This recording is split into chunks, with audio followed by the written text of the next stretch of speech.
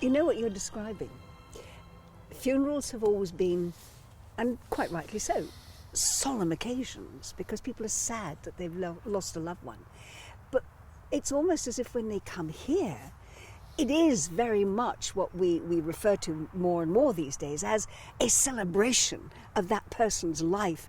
And yes, of course, people are going to be sad for losing a loved one, but at the same time, they're going to feel that this is a wonderful time to celebrate that person's life. Yeah.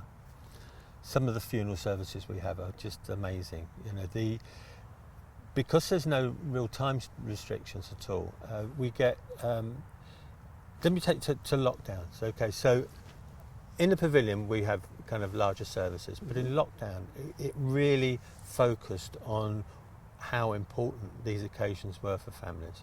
So in the early days we were allowed, I think, 10, and then it went up to 16 and then 20. But what came across with families is that because it was so intimate and it was just family and very close friends, they felt they could all contribute. They wanted to contribute. And a lot of them afterwards said, there's no way I could have stood up and said that in front of 50 or 60 or 70 people in our pavilion.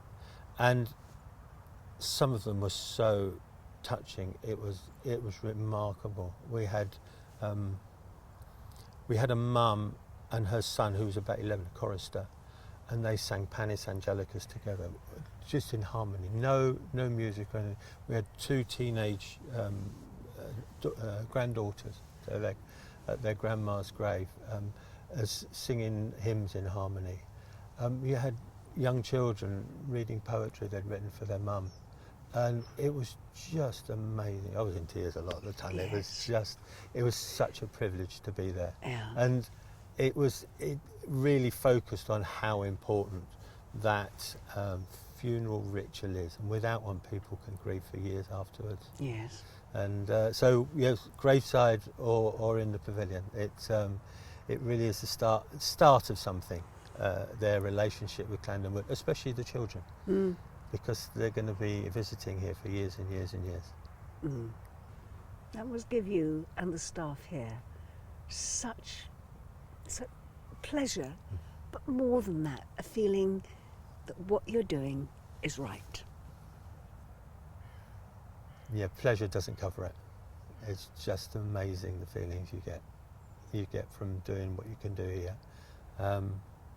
And to me, natural burial is the right way of doing things. It's a sustainable way of caring for our dead, but also caring for the living.